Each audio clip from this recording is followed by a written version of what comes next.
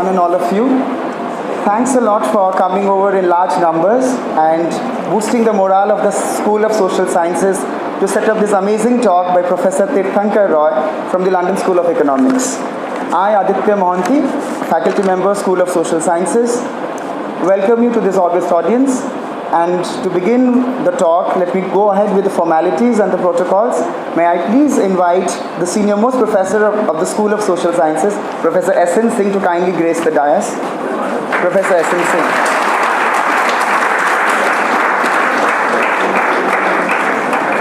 Thank you, sir. He would be flanked by the Dean, School of Social Sciences, and the head of the Economics Department, Professor Shankar Bhaumik. Professor Shankar Bhaumik.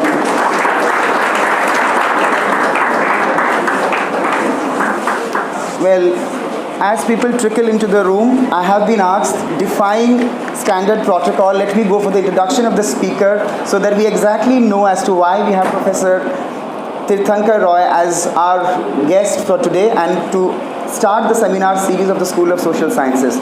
Interestingly, Professor Tirthankar Roy happens to be an academic who, unlike other academics, has not studied in the West and come and contributed in India, but rather he has studied and worked in India all through and has now gone and contributed to the West, apart from contributing to the country as well. Professor Tirthankar Roy comes from a very academically erudite family, born and brought up in Shantiniketan. He has got his PhD from the Center for Development Studies, JNU, 1989, and he continues to write since then. I was having a look at his CV. I tried my best to take the summary of it, and I think that what he says, he claims to have expertise in economic history, environmental history, and development in South Asia. He has written in India's prolific journal, in Economic and Political Weekly, 20 articles from 1988 to 2015. If that was not sufficient enough, he has then worked in Indira Gandhi Institute of Development Research and Gokhale Institute of Politics and Economics from 1989 onwards till 2005. During that period, before he moved to the London School of Economics, he has also written in around 46 journal articles in a span of 23 years in journals as diverse as Journal of Quantitative Economics, Indian Economic and Social History Review, Modern Asian Studies, Past and Present History, and Contributions to Indian Sociology. So I suppose we all understand why is he the fit speaker for us, representing School of Social Sciences. So a round of applause for Professor Tirthankar Roy. Thank you. Professor Roy has also single-authored numerous books which have been published from prestigious publication houses like Chicago University Press, Oxford University Press, and Cambridge University Press before he went on to LSE. That is very important. It's not so. It's most importantly, his works have been on business history of India and the economic history of India, which has seen 3 editions and has been widely cited by scholars who are not economists but rather historians. So with this brief introduction for a person of his stature, let me go once again all out for welcoming you, sir, for today's August gathering, Professor Tirthankar Roy amongst us. Thank you. May we start the proceeding by felicitating sir. Can I please request the volunteers to kindly help us with a bouquet and felicitate Professor Tirthankar Roy. Professor Singh, if you could please do the honors.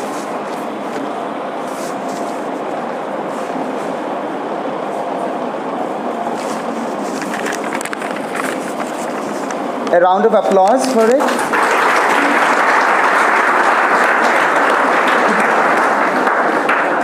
Yes, the memento is to be soon followed by Professor Singh. He would. Can you give it to Professor Singh? You can give. Yeah. Okay. Thank you. Thank you, sir. Can I please request a bouquet for Professor Singh to be felicitated by the Dean Social Sciences, Professor Shankar Bhaumik.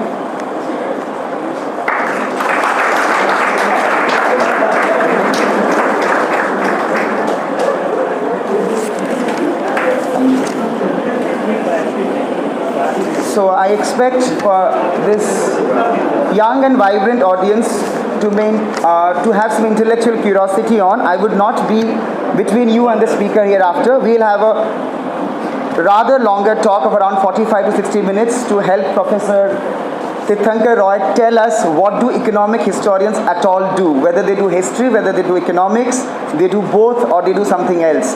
So Professor Tirthankar Roy, the floor is yours. And Professor Tirthankar Roy, please. Thank you.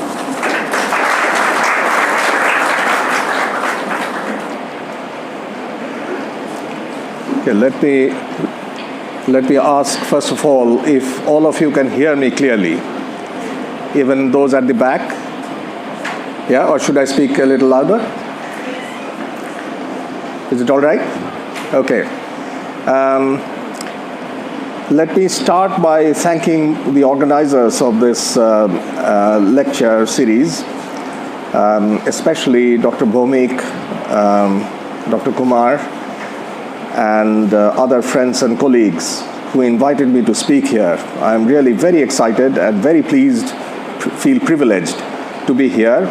Also a little nervous because I don't think I've ever had so many people and so many students attending a talk by me. This is moral boosting, of course, as Dr. Mohanty said, but it also makes me a little afraid.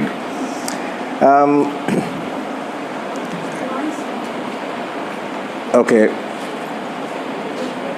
This is, okay, I'll have to try out as I go. Okay, so if you could please. Yeah. Okay, as you heard, I work on economic history, but this subject, economic history, is not very familiar to us all. And although it's taught usually as a half-unit course or a full unit course in many economics degree programs, the way it is taught in India is often quite different from the way it is taught elsewhere in the world.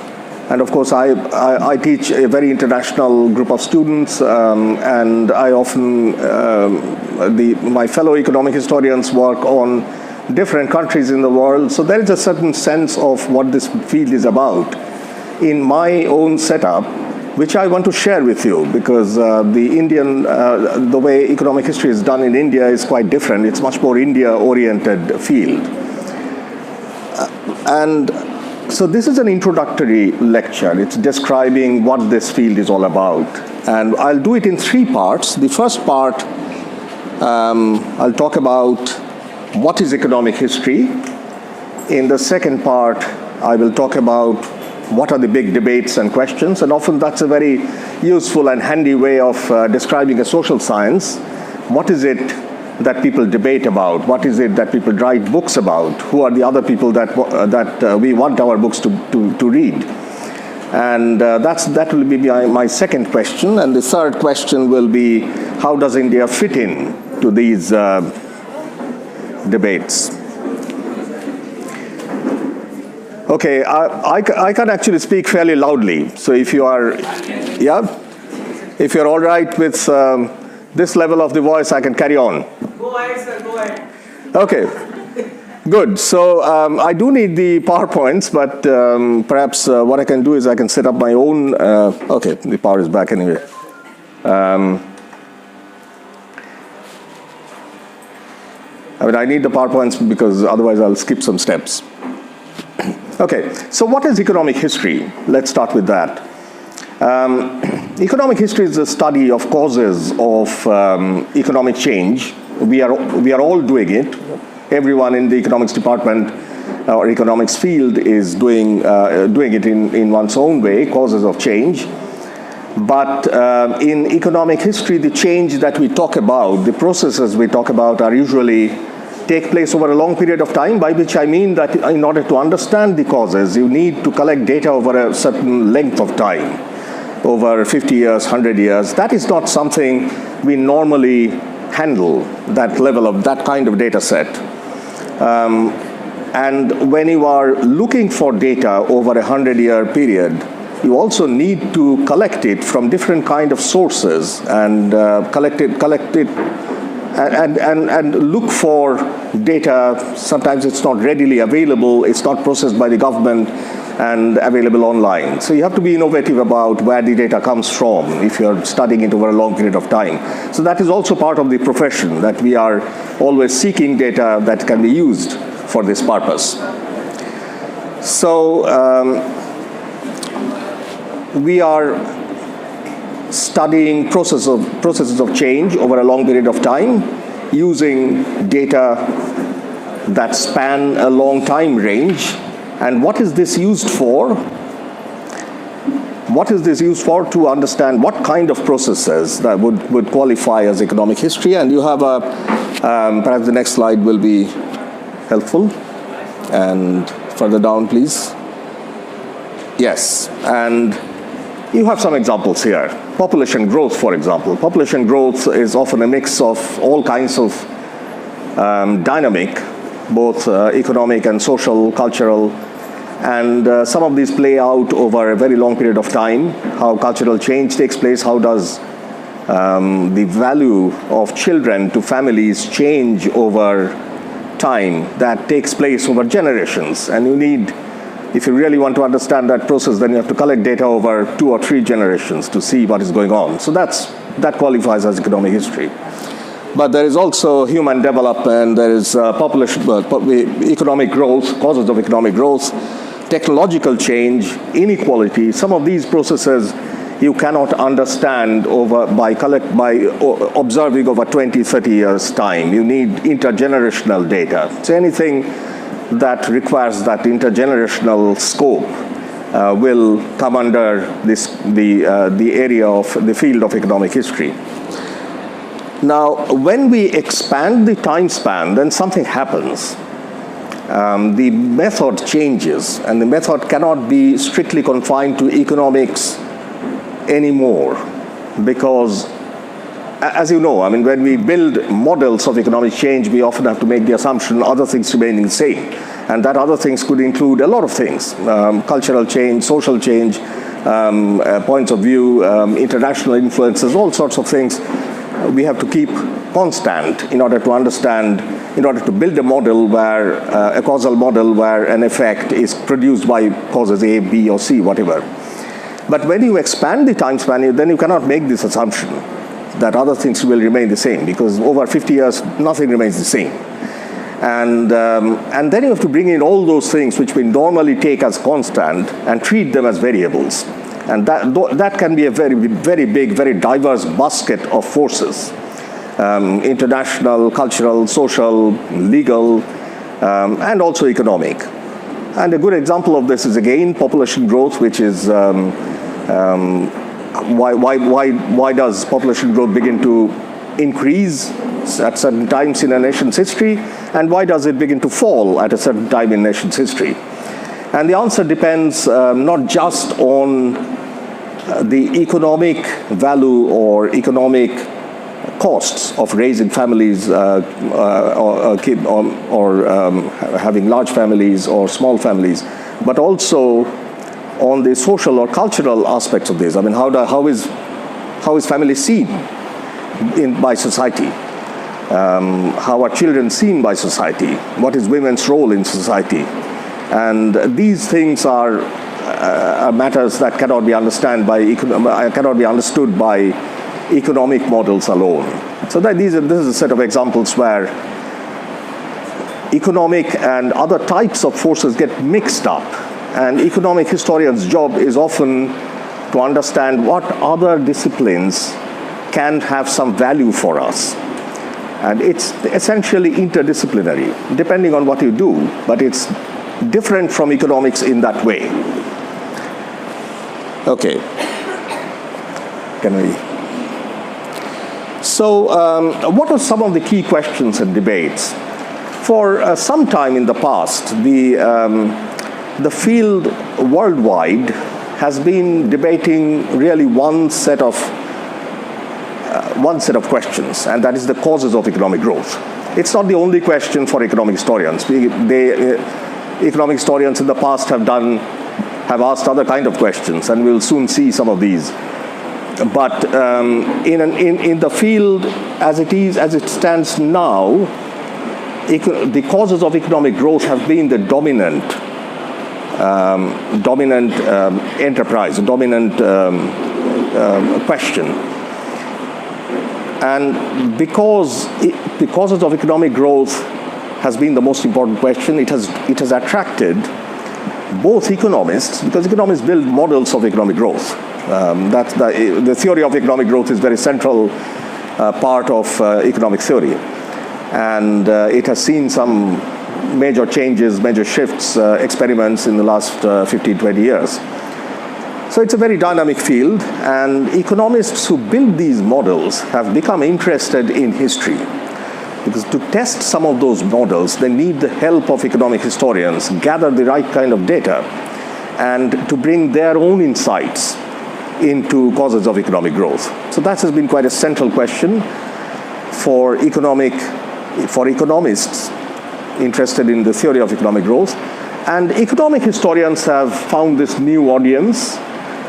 They have already been doing it for a long time, as we will see. And suddenly they found that their models, their understanding of data, the kind of things that they do have now found a new kind of readership, new kind of audience in the economics departments. And this collaboration between historians, economic historians, and economists have been behind a major revival, major development in exploring the causes of economic growth. Now, economic growth, we all deal with average income, per capita income, and we believe that per capita income is a good index, a good measurement of the average condition of a society. And then you track per capita income over 100 years, and then you begin to see major shifts, a big acceleration or stagnation, and you are asking why. Now that is the causes of economic growth question. Why is this income trend behaving in this way over a very long period of time?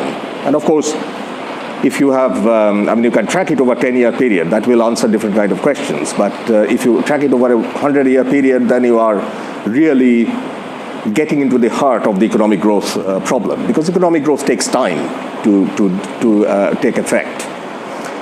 So that is one kind of question. But when you ask that question for all countries in the world, when you are doing, say, world economic history or global economic history, then you are smuggling in another very big question along with it, which happens when you compare countries. Some countries are growing faster than the others, and the world is becoming more unequal. So you are asking the question, why is the world becoming more unequal? Why are some countries forging ahead, others falling behind? This is a comparative question. It is a causes of economic growth question, but you are testing it with international evidence, and you are saying, okay, Britain in 19th century forged ahead, China did not. So what was the cause of economic growth behind Britain's emergence, which was missing in China? And why was it missing in China? So that's the kind of question you are asking then. And that you can call that the international inequality question. The current phrase is the divergence question, or the great divergence question. We'll talk about that in a moment. So these are, in a way, these two things are, in a way, the sister questions, the twin questions, the causes of economic growth and the causes of international economic inequality. Why is that the case? And the diagram will tell you that, give you an answer to that very quickly. Okay, before that, I'm jumping steps. So before that, causes of economic growth, very standard question. But when you actually try to probe these causes of economic growth, and the attempt to do that has been almost as old as economics itself, economics profession itself. When you do that, you will observe that there are some local conditions, such as which are not portable, not transportable, which do not appear everywhere, and they are very social or cultural specific, such as institutional change, quality of natural resources, which are geographically and socially specific.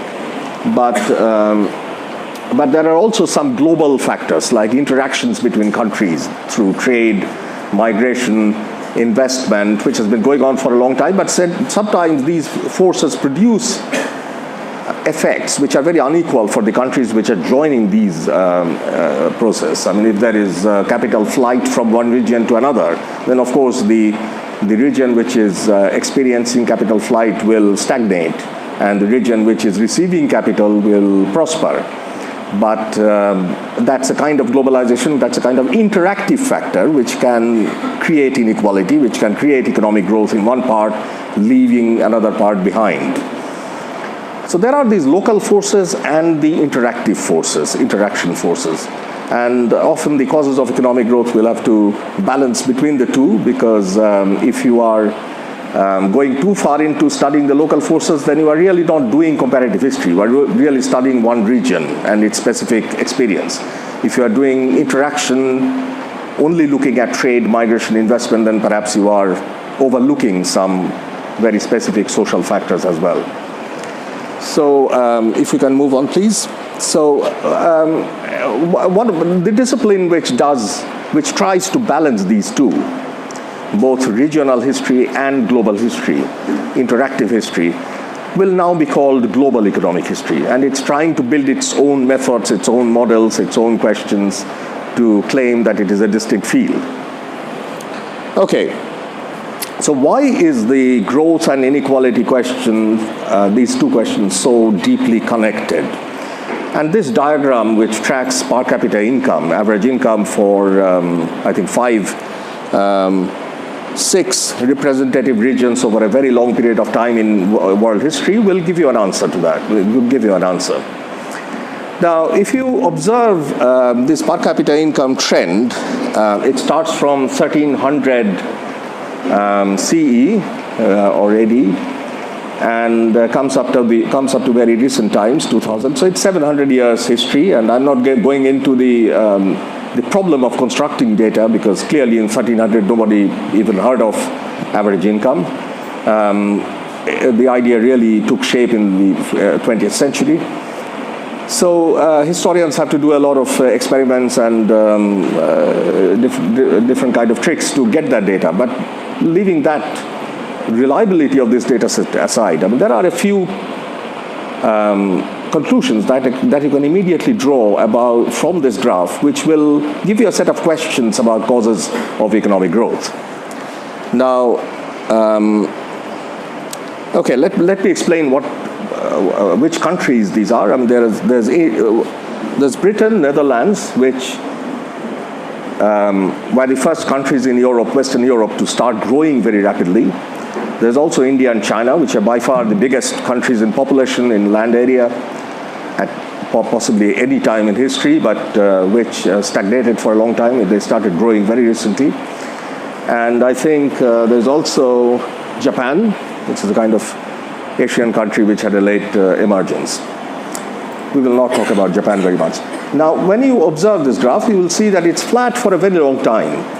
And then it suddenly starts growing, and growing extremely rapidly. This turning point happens at different times in history. The first turning point happens in Britain and Netherlands. So the turning point in general is something that economic historians would call, borrowing a phrase from Simon Kuznets, who looked at this long-term data for the first time,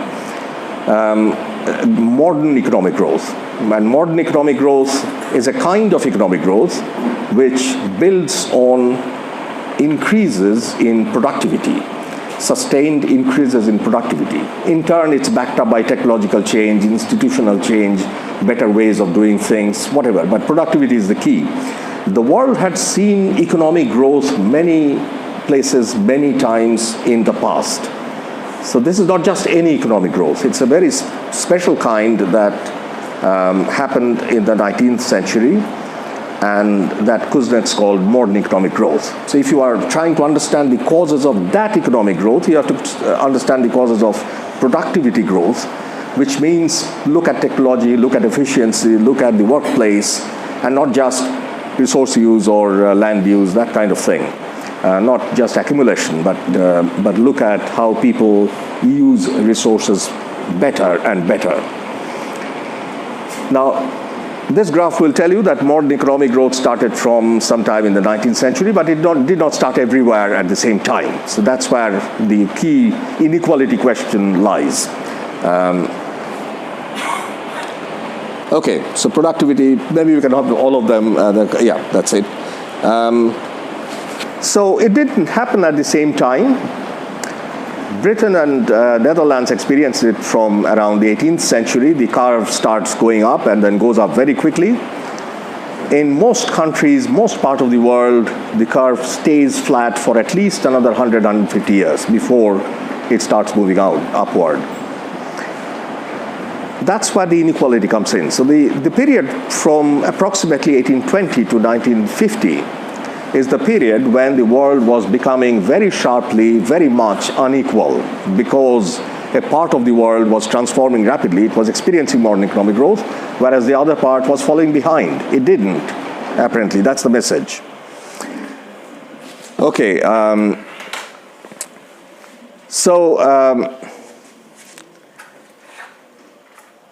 So we have here a set of two questions. What was the cause of economic growth in Western Europe to begin with? Why was Britain or Netherlands so special? Why were they the first? And we have a question of why not everywhere? Why were some countries, but not all countries? Why did the cause not appear at the same time throughout the world? These are the two questions which are very closely interconnected, but technically slightly different. The first question, why Britain and Netherlands, you can explore by studying their history. But why not everywhere? You cannot study by just looking at Europe's history. You have to look at Asia's history as well. You have to look at those countries which seem to be falling behind. And that makes it a very international, a global kind of enterprise, and that's what global economic history is all about. But it will also demand of us to give equal attention to different parts of the world. Otherwise, you cannot have a complete story of what causes economic growth, unless you have a story about why these causes could be missing in some societies. What are the obstacles? That's the question that you are then asking for Asia, Africa, Latin America. Okay, that's me. But that's not quite what I want at this time. Okay. It's just... I could actually, so that I can keep speaking, I can download it on my computer. Can I do that, please? Yeah. Can you... Oh, it's come back. Okay, fine. Yeah. Okay, and then yes, that's where it is. Okay. All right. Now there is certain significance about the time when modern economic growth appeared in Britain and Netherlands, and the significance is threefold. One of them is that the world saw something that it hadn't seen before, which is industrialization or the Industrial Revolution. So that was clearly one reason why productivity was rising very rapidly. The rising, very rapid rise in the share of industry, manufacturing industry in GDP or in population employment. Oh, many thanks. Yeah, that'll be wonderful. Yeah, thanks. Yeah, really appreciate that. Okay.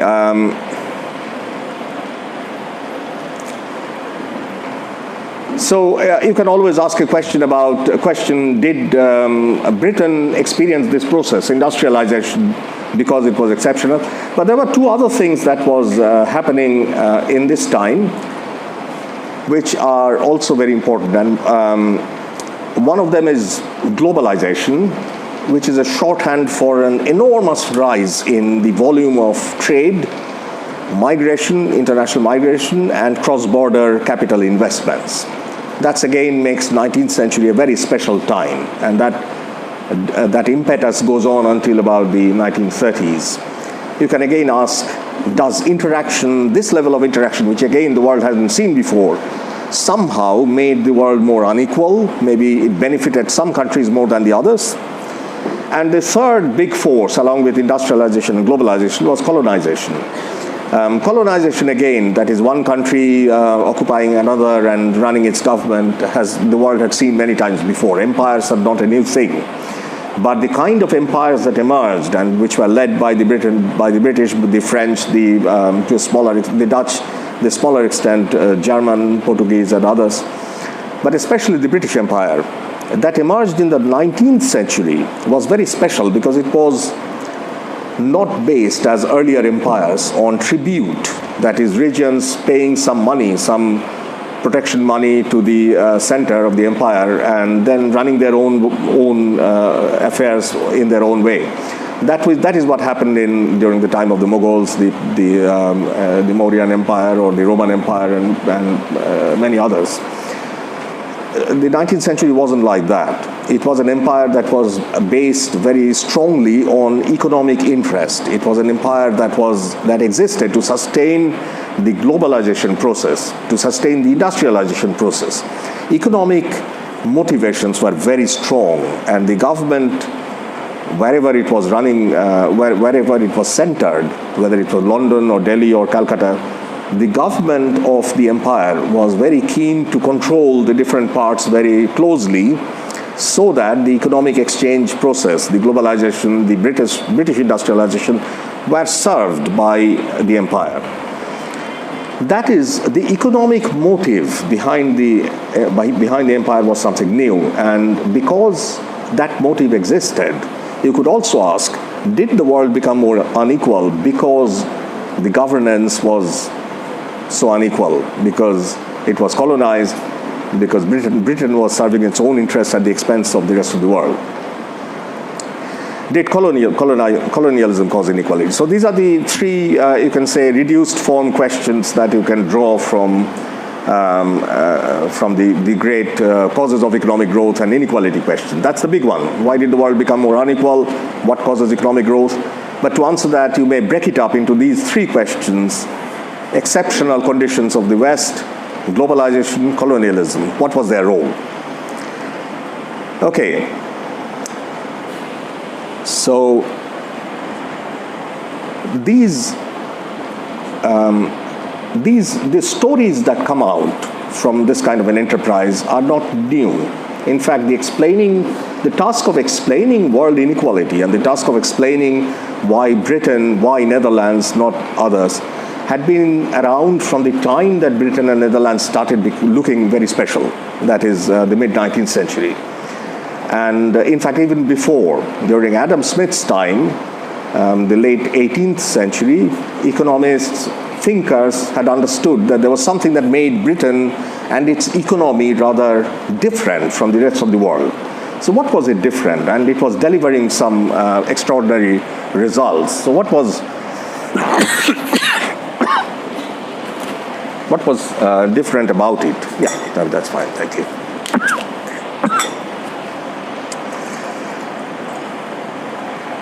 Many thanks. You take it in hand also, if you wish. Sorry? If you wish, you can use it in hand also. I'm okay this way. If everybody can hear me, I'm fine. Yeah. Okay, so the three thinkers of Europe, Adam Smith, Karl Marx, and Max Weber, the sociologist, who went very deeply into this question: what made Britain special, or what made Western Europe rather special? What are the causes of economic growth, and why do these causes not appear everywhere else? They answered it in different ways, and you'll be surprised to know that most modern analysis of these questions directly or indirectly follow one of these three pathways that these three thinkers had set out. And so it's important to understand what these three thinkers were thinking. Adam Smith, in his Wealth of Nations, which we all know as the original tract of economics, it kind of gave a definition to the field, what is economics all about, and there was a very clear understanding that Smith delivered, which is about economic growth. Economics is important because it tells you how generations prosper from previous generations. Why are today's generations better off? They're consuming more, they're producing more. How did that happen than their forefathers? So how did that happen? That's the field. The field that answers that question is economics. That was Adam Smith's approach. But of course, that is the causes of economic growth question. So it's also quite central to economic historians. So Smith is very central to economic historians. And what is his answer? His answer is market integration or exchange. When costs of trading falls, let's say there is a railways or a new port has been set up, or countries which were previously at war with each other then stop fighting and they have a peace and they start trading, their markets get integrated, which means that the same goods are more easily traveling to and fro, the same set of goods, exchanging more frequently. And when you have that, when you have market integration, which means that the goods are available more cheaply than before in distant markets, then Smith expects some magical things to happen. And what happens is specialization and better capacity utilization, which means that people will then start producing what they are best at doing and give up things which they are not very good at doing. So if previously in the case of when there was autarky or there was not enough trade, people had to produce their own food and their own clothing.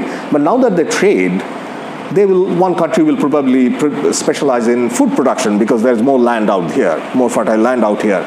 The other country which has more skilled artisans will probably specialize in clothing. And when they do that, productivity will rise in both countries because they're doing the things that they are very good at doing. And they're utilizing their capacities the best. That leads to productivity growth, and that leads to modern economic growth. Smith wrote before industrialization. So industrialization is not very big in his story, but specialization is very big in his story, and market exchange is very big in his story. So if there is commercialization, more markets, you can expect to have something that today's economic historians would call Smithian. That is a productivity-led growth which is purely driven by market exchange. So what would then explain world inequality according to Smith? Sorry. Factors that aid or obstruct market integration will cause inequality. So some countries may be trading more amongst themselves, Western Europe, and they are forging ahead. Maybe India and China is not trading enough, and they will fall behind. That's the kind of story that will emerge from Smith. In Karl Marx, who is writing about 2 generations after Smith, possibly a little longer, and it has seen industrialization, seen the emergence of the working force, looks at these questions from a quite a different angle, from a much more industrial capitalism angle. And what we now call Marxism is a mix of different types of ideas, which have some germ of that idea in Marx. But the 2 things that economic historians find very significant are a concept called the Asiatic mode of production, which Marx introduced. And the fundamental idea of Marx is that it's not specialization that produces economic growth, it's exploitation, that is, capitalists are exploiting laborers more efficiently, that will, and in an industrial system which will deliver productivity growth. And the world is divided into 2 classes, capitalists and workers. So there is necessarily, economic growth is necessarily joined by more inequality within the society. But we don't have to go very deep into that kind of Marxism. What explains modern economic growth? You can derive the general idea from Marx that capitalists should be free from political interference. And when capitalism got that freedom, in feudalism they were not, because feudalism, the people who owned capital, that's the landlords, ran the government. In the industrial society in Britain, they were really free. The capitalists who were running the industries could influence the government, but they were not part of the government. And therefore they could make laws which were serving the system rather than serving themselves. And they were also free to go abroad to expand capitalism all over the world and not get too tied up in political kind of battles. So capitalists should be free from people who may exploit them or people who may keep them tied up. That will explain modern economic growth, or at least industrial society. Why doesn't that factor appear at the same time elsewhere? And Marx, much more than Smith. I mean, Smith was interested in India in a different way because he was very interested in the East India Company, which he thought is an example of an unfree market. And he used it as a kind of negative example in a very big way, talked about Bengal, talked about all sorts of Indian issues, but he wasn't really very knowledgeable about the rest of the world. Marx was somewhat more knowledgeable, and Marx also understood that in order to offer a theory of what causes economic growth, you have to look elsewhere, where this economic growth is missing in some sense. And his answer was that in Asiatic states, the king was just too powerful, and especially the landed interests were too powerful. They suppressed merchants and industrialists, unlike in the industrial society. So that was and they called it the Asiatic mode of production. So that was his answer why the growth impulse didn't spread everywhere. Later on in the 1960s and 70s, a group of writers called global Marxists, they took this message, generalized it for all over the world. They took from Marxism the idea that capitalism is about capitalists, the owners of capital, exploiting labor, and that's why productivity grows, that key Marxist idea, and generalized it for all over the world, saying that the rich countries which through political means like colonialism can exploit poorer countries will get rich faster than the others. So all economic growth will necessarily generate international inequality if there is colonial kind of relationships, unequal relationships. Exploitation on world scale is their answer. Max Weber, of course, is a very well-known name in sociology. He created the field and he wrote on lots of subjects, and he's known for very different set of ideas. But one of the things that is relevant for this purpose is his work on Protestant Ethic, which again is a short book that is answering the question why Britain, why Netherlands, why Germany, a set of countries in Western Europe which experienced economic growth earliest. And his answer was that capitalism is not just ownership of capital. Marx got it wrong. Capitalism is not just markets. Smith got it wrong. Capitalism is an ethic. It's an idea. And it's an idea of frugality, of saving, of working hard, why Protestant? I mean, all religions, as we know, has a notion of good work tied to it. If you give charity, it's a good work. If you if you offer free labor to the temple, it's good work. In Protestantism, according to Weber, good work is working for material gains. That will make the God happy, and that's consistent with your religious value. And because of that connection between material gain and good work as defined by religion, Protestantism was a very special kind of value. It created a value system where people were working 16 hours a day and thought that they were serving their religion. Now, of course, if you want to generalize it, the pathway is clear. Religion and culture are different all over the world, and there may be Hinduism, there may be Confucianism, there's something else which obstructs that notion of good work. These are all great religions, of course. They also have notions of good work tied to them, but it's not this. It's not hard work. It's something else. That was Weber's answer, and he actually did, like Marx, but going much further than Marx, he wrote books called Religion of India, Religion of China, which demonstrated this idea. Okay, now when we were students, the kind of books that we were reading would be using these frameworks. And I'm not going to describe any of these books. Some are familiar to you, some are not, but in the 1970s and 80s, there were very big names. The orthodox Marxists like Barry Hindess and Paul Hirst. Sorry, the name is misspelled. The global Marxists like Andre Gunder Frank, again the name is misspelled. Sorry, this was all done last night when I was falling asleep. Then Marxists influenced by the Asiatic mode of production, and the big name is Karl Wittfogel, a book called Oriental Despotism. And finally, there's a Smithian. Smithians in the 70s were a kind of subdued group. Smith had been rediscovered for economic history much more recently. But this gentleman, La Mint, is very interesting because he's a Burmese economist who was trained in England in the 1940s. I think he got his doctorate, and then worked in the London School of Economics for a very long time.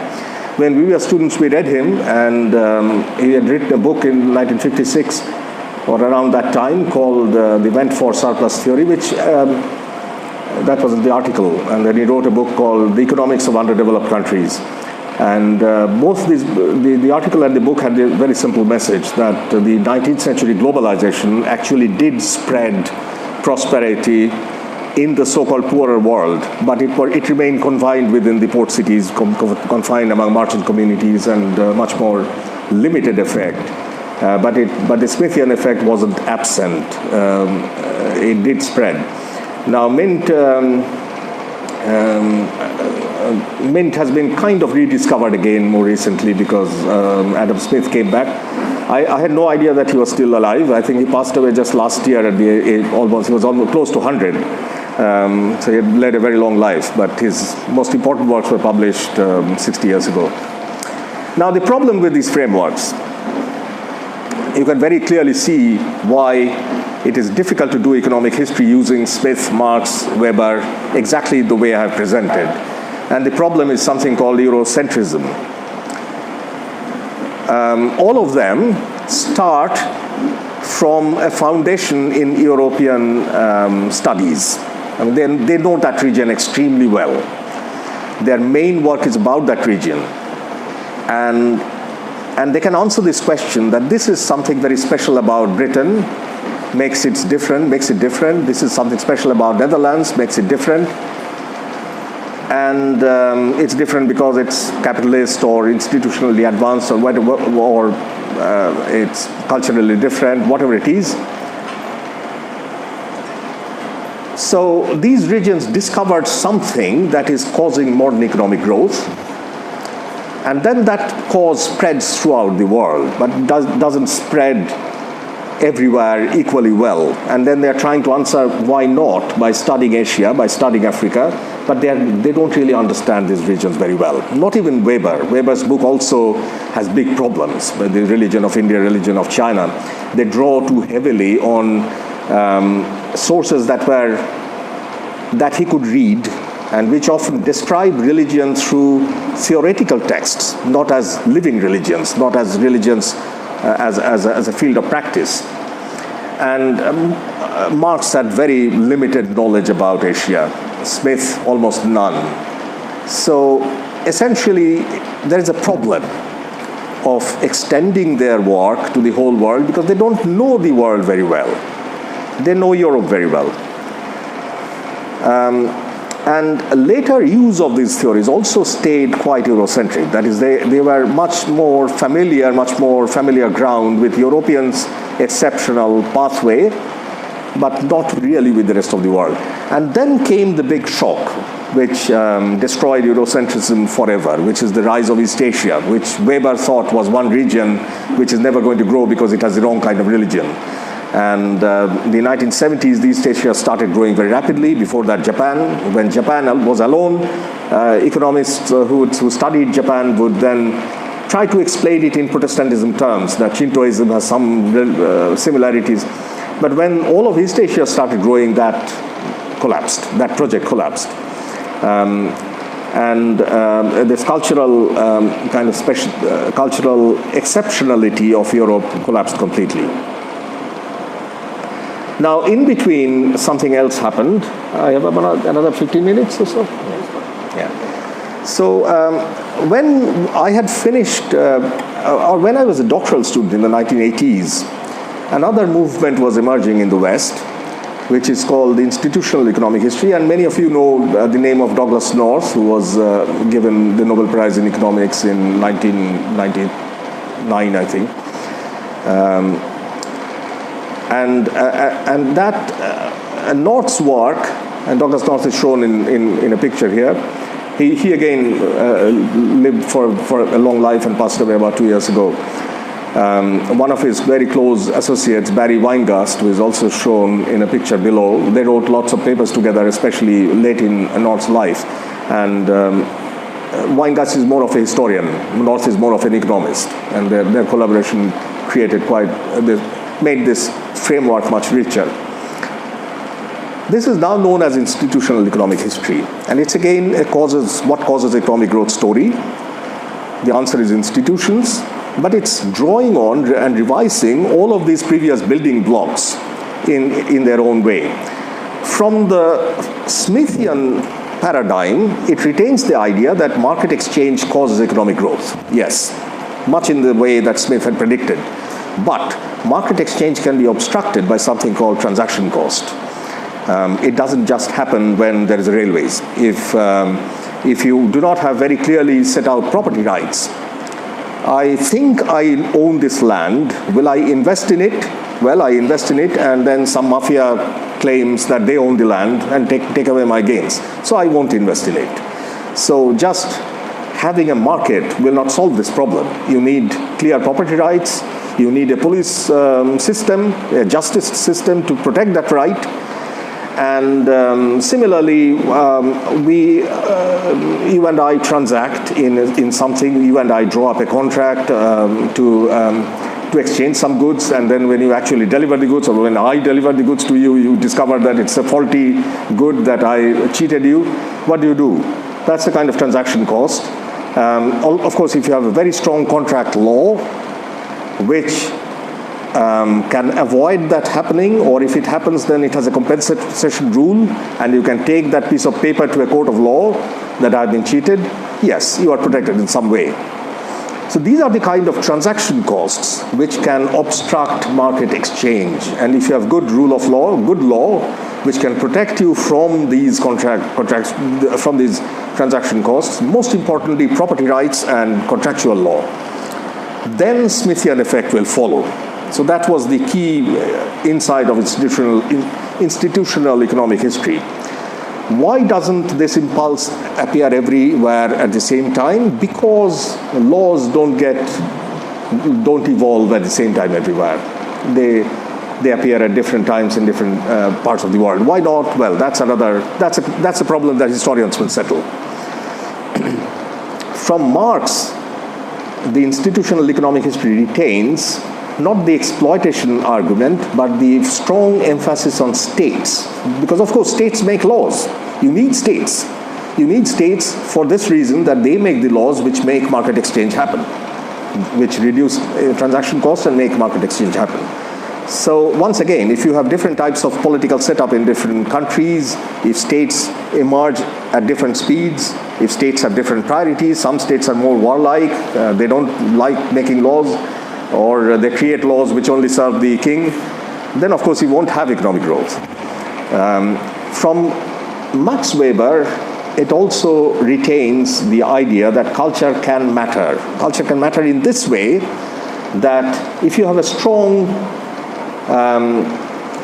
if you have mercantile communities which have a very strong sense of value, or where the values are shared, you know that you won't get cheated by somebody because there is a community court, or there is a mercantile community which believe in honest trade, or whatever it is. If you share that culture, or if you understand that culture, then probably transaction costs will be lower than otherwise, than dealing between strangers.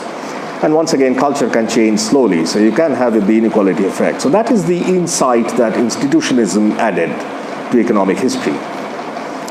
And following these, in the 1990s and 2010s, there was an outburst of new research on economic history. There was a set of, what I have here is a set of 5 books, all of which are addressing this question: what causes economic growth? Why Western Europe first? Why not Asia and Africa? But they're doing it in very different ways. The first one by an Australian-British historian called Eric Jones. It's called European Miracle. He emphasizes geographical factors. David Landis is the author of the second book. He passed away a few years ago. Wealth and Poverty of Nations. He's a Harvard economist. He again has a mix of answers to these questions. Gunder Frank, whom you have seen before, produced this book in 1999 called Reorient, where he said that actually Asia was the center of the world before Europe emerged, and that changes our explanations. James Watt is a very angry geographer, economic geographer, who wrote this book called 8 Eurocentric Historians, where he demolished all of these frameworks, but didn't actually offer any of his own. And finally, this book called Great Divergence by Kenneth Pomeranz, which was published in 2000, and which Pomeranz is a historian in the University of Chicago, and which actually changed the modern understanding of economic history quite a bit. So let me talk about what Pomeranz was doing. What Pomeranz did in his book was to say that around 1800, I mean, the book is actually is not very interesting to read. It's a very boring book filled with data, okay, now I'm on familiar ground, so I can talk about Pomeranz. So the book was published in 2000, and it was a very simple structure. It says that around 1800, the Yangtze Delta in China had almost, if you measure the quality of life, if you measure what it was producing, consuming, what the rule of law was, it will look very similar to Britain at the time. So if the two regions became more unequal thereafter, then the causes of that inequality must have emerged after 1800 in the 19th century. What does that mean? It means it's indirectly a criticism of the institutional idea.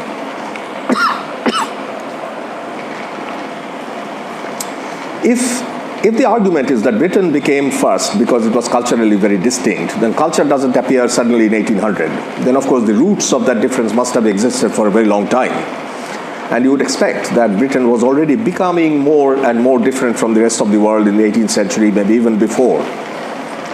Pomeranz suggested that that's not the case. That cannot be the case, because Britain and the rest of the world became different rather suddenly in more modern times. So it cannot be cultural. You have to find out other causes. And he had some suggestions about what these causes might be. But that argument then became very famous because it was challenging the institutional economic history, which was very popular at the time, and led to an outburst of work on China, on India, lots of statistical work testing if economic conditions were similar or different around 1800 in Europe and Asia, before industrialization, after industrialization. And there was a new interest in 17th and 18th century. What really happened? How was the world becoming different? When was it becoming different? The when question became very important. There was much more focus on Asia, and my former colleague Stephen Broadberry and many others have done a lot of work trying to reconstruct the data set on average incomes. These are 3 books that I want to mention, which are kind of post-Pomeranz generation of economic history writings, once again looking at the whole world, but using Indian evidence very closely. And one of them is a book by Prasanna and Parthasarathi, which says that culturally Europe and India were very similar. It's very close to a Pomeranz type argument. Another by my former colleague Roman Studer, which says that it's really a Smithian kind of story, but there were geographical obstacles to trade in India. They were much more significant than in Europe. And Jeffrey Williamson, a Harvard economist, again wrote a book called Trade and Poverty, which looks at a process called deindustrialization in causing world inequality. These are just examples. I'm not going to give you a detailed summary of this world and of this new work. So what do I think of this debate? And I'll finish very quickly from this end. If our aim is to answer why did the world become more unequal, and we want to use Indian evidence or Asian evidence to answer it, then of course we are in effect answering the question, why did India stay poor? And I mean, while Britain became rich, why didn't the Indians become rich? So that's our question. Is that a good way to understand Indian history? I think not. And if not, then of course you have to look at the local situation in India much more closely.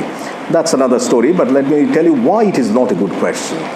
And I'll give you just an example of a data set which is taken from Indian national income, much more recently, in the early 20th century, but you can actually extend that data set before. This is national income per worker. So it's a measure of productivity. This is the standard measure of productivity. All it does is divide up the Indian economy into two parts.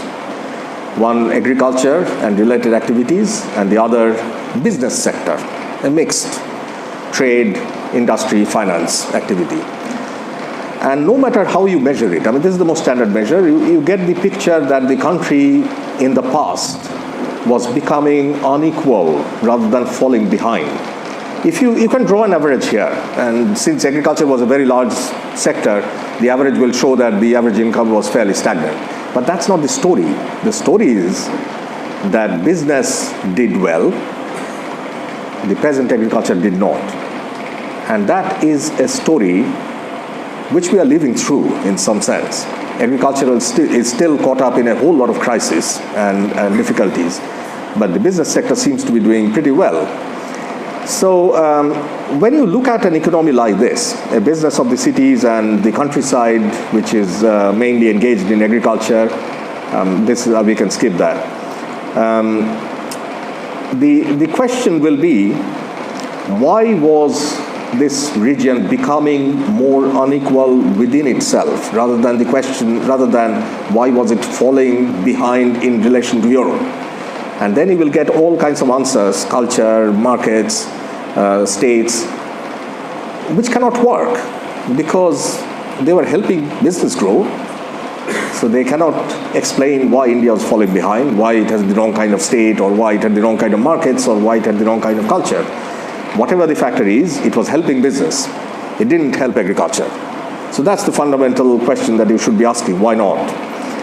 And what was the role of the state here? For this period, the state was a very small part of the economy. It really didn't matter very much, but we can talk about that. So when you approach Indian history with this inequality thing before you, not this question about why was India not Britain, another Britain, then you are asking why did inequality increase inside India, and you can break up that question into three parts. Agriculture, why was agriculture not delivering productivity growth? Why didn't it deliver modern economic growth?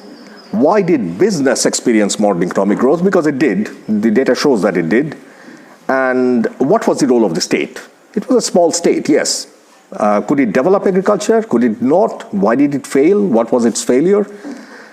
So that set of questions, this set of three questions I explore in my most recent book.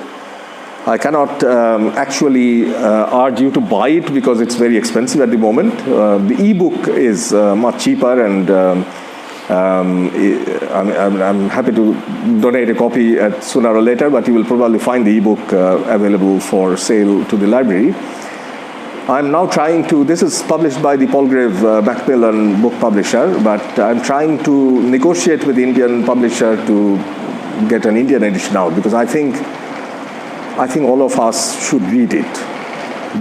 Not because it's the last word in economic history, but because it asks a set of questions that others haven't asked. And I think that in order to understand India's past, we need to ask those questions. So I'll stop there. Thank you. And yet curious talk which has definitely raised some questions amongst the audience. We would be running short of time soon, so what we do is we'll take few lot of questions at one go, and then you can take your choices in the sequence with which you would choose to answer, and then we go for another round. So any questions, please raise your hands. We'll pass the mic on.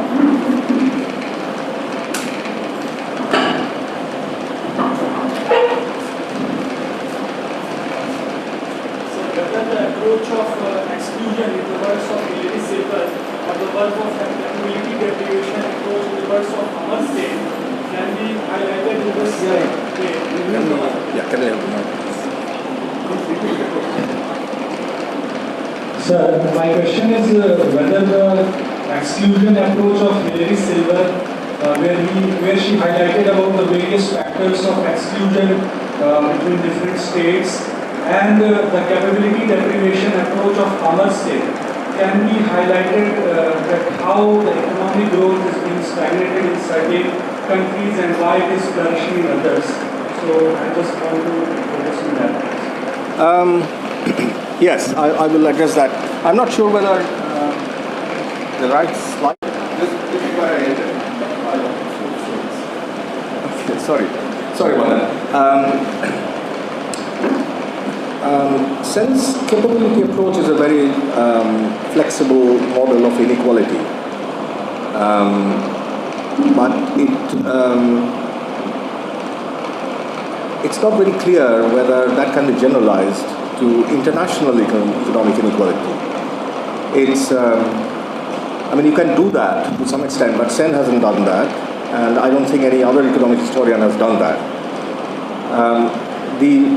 The way to do that would be to see whether deprivation leads to certain large segments of the population unable to attain high productivity or deliver high productivity, and that would, by large segments following Sen, I would it would include a very large part of the women workforce, for example, and so that's really big. But I don't think that there is any work which looks at whether that factor could systematically lead some countries to fall behind the others. It will definitely have significant impact on inequality.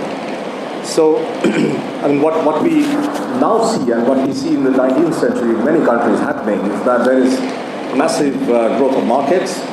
There's lots of trade going on, there's lots of migration going on, capital is moving like never before from London or Amsterdam to the old world. But when you look at where it is going, when you look at Latin America or Africa or Asia, you observe a very systematic difference between the coastal cities where a lot of these dynamics is played out. And then you step a little further away into the countryside and you see that people are living a life that they have lived for centuries, and there's not much change there. The contemporary is not very different from that.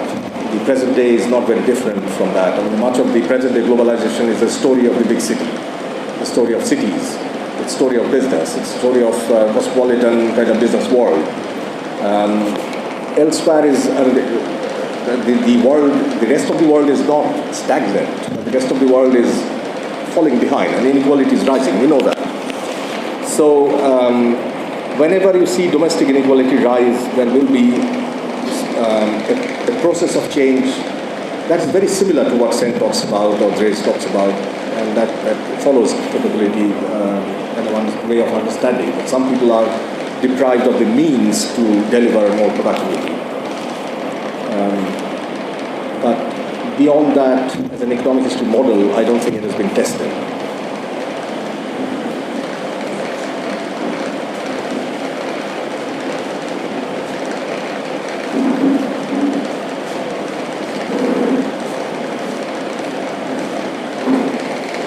Sir, how economic historians analyze the theory of history of equality and inequality in the context of economic growth? Sorry, could you repeat the term again? How economic historians analyze the theories of history of ecology and inequality in the context of economic growth? Ecology. History of ecology. History of ecology. Ecology. Yeah, okay. Yeah, no, that's a very good question. I'll answer that.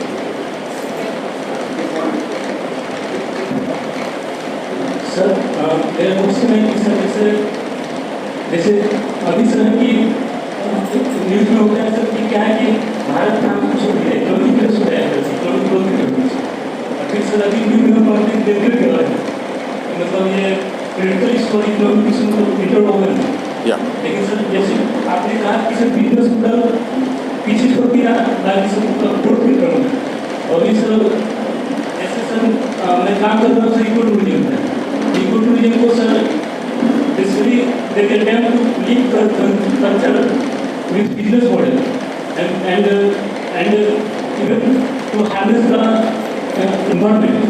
Yeah. So how you see the impact of applying business model in very vulnerable situations like environmental like ecology. Yeah. So any comments? Yes.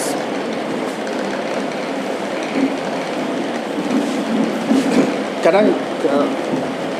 Well, let me address these two comments together because they both touch on the same set of similar kind of issues, which is ecology. The environmental history, economic history has emerged as a very big field, and ecology as well, and that's largely a study of the effects of economic growth rather than the causes of economic growth. But there is also a sub-discipline in which I have written something. The slide that was shown before was one example of that, which looks at the there is an old idea in the theory of economic growth about the role of natural resources or geography, the role of geography in causing economic growth. And of course, natural resources and environment are very closely connected fields. And these sub-disciplines looks at whether natural resource distribution matters and whether that can explain productivity, especially productivity in land. And there is an emerging idea that in many parts of the tropical world, the task of agricultural development is a much more complicated thing than the task of agricultural development in Britain or Netherlands in the 18th century. The reason being that the tropical worlds are systematically water scarce, and we believe that land is a very scarce resource. It is, but far more scarce, especially if you live in the southern peninsula, is water. And what kind of agricultural prospects that there are depends a lot on the physical environment in which water is a very important part. And that idea is being explored now. So that, of course, ties up with what I described, the theory of economic growth, the countries becoming unequal. Whenever you are trying to look at why agriculture became unequal, you will have to get into environment, get into ecology. The rest of the ecological field is largely looking at the effects of economic growth, effects of modern economic growth, whether it's industrialization or green revolution. Any technique which delivers very rapid burst of economic growth has been environmentally damaging. How damaging? How the countries cope with that damage? That's a big question. I'm not sure that I've answered all of these questions, but any other questions?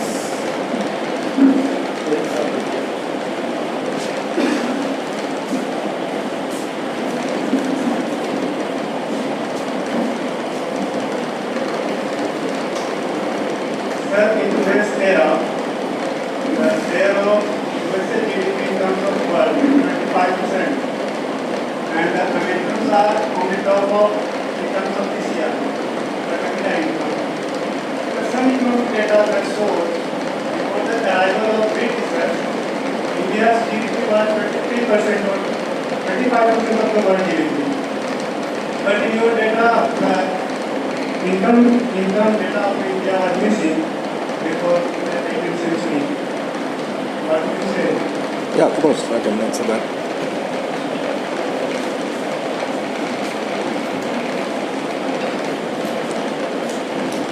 Well, even if India's GDP was 23% at some time in the past, it doesn't mean that India was rich, because it also had 25% of the population of the world. It's always been a very populated part of the world. So the GDP share doesn't tell us anything about whether the country is becoming rich or poor. What's happening in the 19th century is that India and China both have a very large share of the world economy in the beginning, and that share drops very quickly, very rapidly. But that drop has to do with the fact that Western Europe has experienced a six-fold increase in productivity, 600% increase in productivity. So their share is rising very rapidly. These are shares, these are percentage shares. So if one part starts growing very rapidly, the others will fall. But that doesn't mean that the others are getting poorer. The fact is that India and China didn't become rich on average. And what I'm trying to say is that if you go behind that average and look at different types of activities, then you will see that some types of activities are doing well, like Europe. Some didn't do well. And we have to answer why those some didn't do well. So that's how I read the data. Does that answer your question? We are ready. We can take a couple more questions. Yeah, sure. The last 2-3 questions. Okay. Yes. Sir, after we have held the thank you for your promoting lecture. Thank you. My question is regarding that you identified one problem, the political framework that the economist historians they follows, and that is the economy that is Eurocentrism. And perhaps after the 1990s onwards, that our focus should be and not the Eurocentrism, and this is a theoretical problem. But my question is in the year of the 1864, Yes. as Marxian period, and that the framework is followed, that is not the Eurocentrism, because in his book that Protestant Ethic and the Spirit of Capitalism, and he has that applied that we can say that the religion of the 6 countries, and that covers the China's and the Japan, the Judaism and the Confucianism, Hinduism and the Protestantism and the Catholicism. So I think that the economic historians, I think today also we have the relevance of that Marxists that what has applied that has some relevance in present society to solve this problem of theoretical technology. Okay.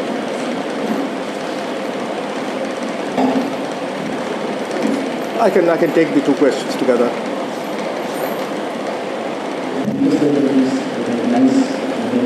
I want to ask any specific kind of cultural value you have experienced in the overall development of the Western country? Because if you see the East and the West, they have their own set of cultural values.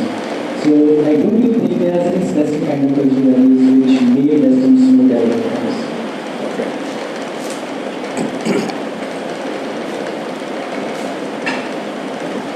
Actually, sir, I have 2 questions. First is, it is true that in 20th century, India and China were lag behind Netherlands and Britain.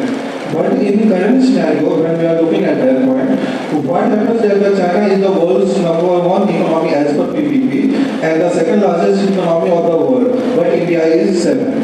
Second question is, what was the role of WTO to reduce inequality, whereas countries are doing FTA, Brexit, TPP, RCEP, what will their impact on world's equality to reduce inequality in world?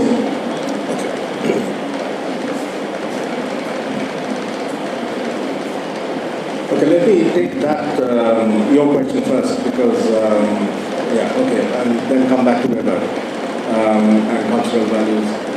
I'm taking your question first because there was one slide in my lecture which was a further critique of the divergence problem, or to make that the focus of economic history. And that slide actually anticipates the question you are asking. And what that slide said was that, okay, well, economic historians are using their tools, their methods to understand why did the world become more unequal. The test of whether these tools work or not is whether the same models can explain why the world is becoming more equal today. A process that you can call convergence. India and China have been growing much faster than the rest of the world, certainly Western Europe for about 25-30 years now. And international economic inequality is falling. although inside these countries inequality is rising. That's a separate issue. But if as an economic historian our main task is to explain the 19th century becoming unequal, we have a model which says that culture is important, market is important. The test of that model will be that it can also explain the convergence. Because you cannot have two different models for more or less the same kind of trend, the same finding, same set of data. So how are they doing it? And the conclusion is that much of these words that I cited are not very good at explaining convergence. So they're not the Smithian, the Weberian, the Marxian frameworks are much better at explaining old history. They are not very well good at explaining what is happening now with convergence, and therefore that's a good reason to suspect that these models are not very good, or we need to modify them very significantly, use them, or ask another question: why is internal inequality rising? That's a very good question for an economic historian. Let's focus our attention on that rather than international economic inequality. So that's kind of addresses the point you raised. On Weber, yes, I take your comment that Weber is still relevant, and many people will think that he's still relevant. I think the reason why he is thought to be relevant today is not quite the reason why, say, 50 or 60 years ago, modernization theorists would think that he was relevant. The emphasis on religion is a very old-fashioned one, and that is not going to persuade many people today that there is something in Protestantism, Catholicism, Hinduism, or Islam which can make us predict why some societies will grow and some won't. The world doesn't quite work that way, and one of the reasons why it doesn't work is that all of these religions, we think that there is some kind of core value or core definition of them, but that is almost never true. Any sociologist will say that the religion as practiced is a very different thing, and a very diverse thing from the religion as it is portrayed in text or in theology. The religious route to explaining world inequality is not very promising, but Weber raised a set of questions. He illustrated it with religion, but the question remains, do societies differ in the way they evaluate work? And that question remains, and that question keeps coming back into economic history in different ways. How do people evaluate work? What do they think about work? What do they think about saving? What do they think about future generations? I mean, all of these things, what do people think about these things? Come into play in population growth, come into play in productivity, come into play in efficiency, in conforming to rule of law, and all sorts of ways. So that question remains. I don't know if it will make you happy, but I take your point. And that kind of answers your question as well, that cultural values do matter. I don't think we have even started understanding how they matter. But the question doesn't go away. It keeps coming back. It's being illustrated with different types of evidence that culture does matter. But one has to be very careful not to translate culture or reduce it to as something very broad, which... Can you name a few of them? Sorry? Can you name a few of them? Few of... Like the cultural values. Yes, well,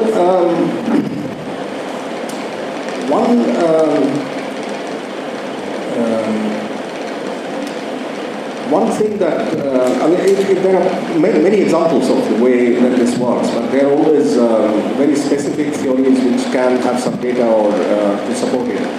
One set of ideas that came out, it kind of cuts across history and development studies, is that ethnically very diverse societies are often very hard to tax, because people don't want to spend their money, they don't willingly pay a tax that they know might benefit another ethnicity. And diverse ethnic societies often have a much more complicated challenge in making a state, or collecting taxes, making a state.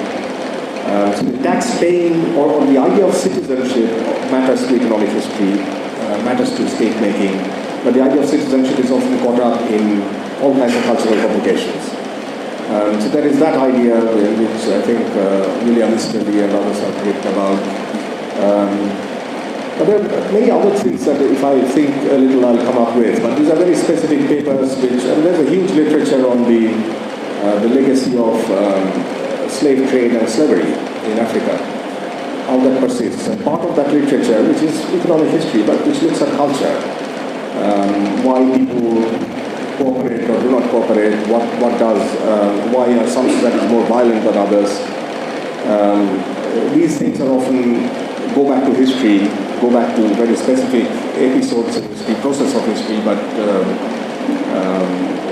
I mean, you can only follow that path if you have some statistics to show that yes, there may be some causal model here.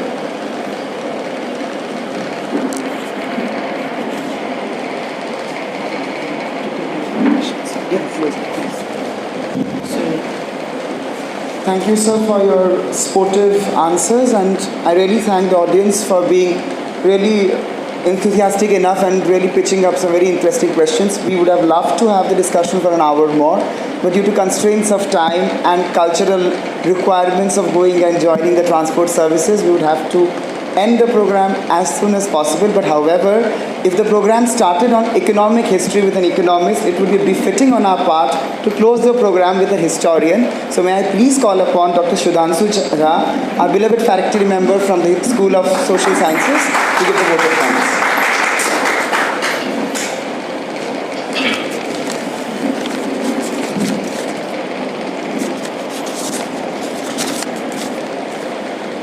Thank you, Aditya. Honorable Chairperson, Professor Shyamanand sir, respected our Chief Guest and Speaker, Professor Tirthankar Roy sir, our most valued invited guests, deans, heads, faculty members, and my dear students. It's great pride and privilege for me to have been asked to propose a vote of thanks on this great academic occasion. This is a great opportunity and indeed an historic event in the history of Central University of South Bihar that an intellectual colossus, none other than Professor Tirthankar Roy, has graced the occasion and inspired us through his talk full of research and insightfulness. The presence of Professor Roy among us on this fledgling campus has a great meaning in itself. I am reminded of a small incident which happened with me a few years ago. I was asked to teach economic history of India in master program at PG department of Patna University. Then I was working as a research scholar.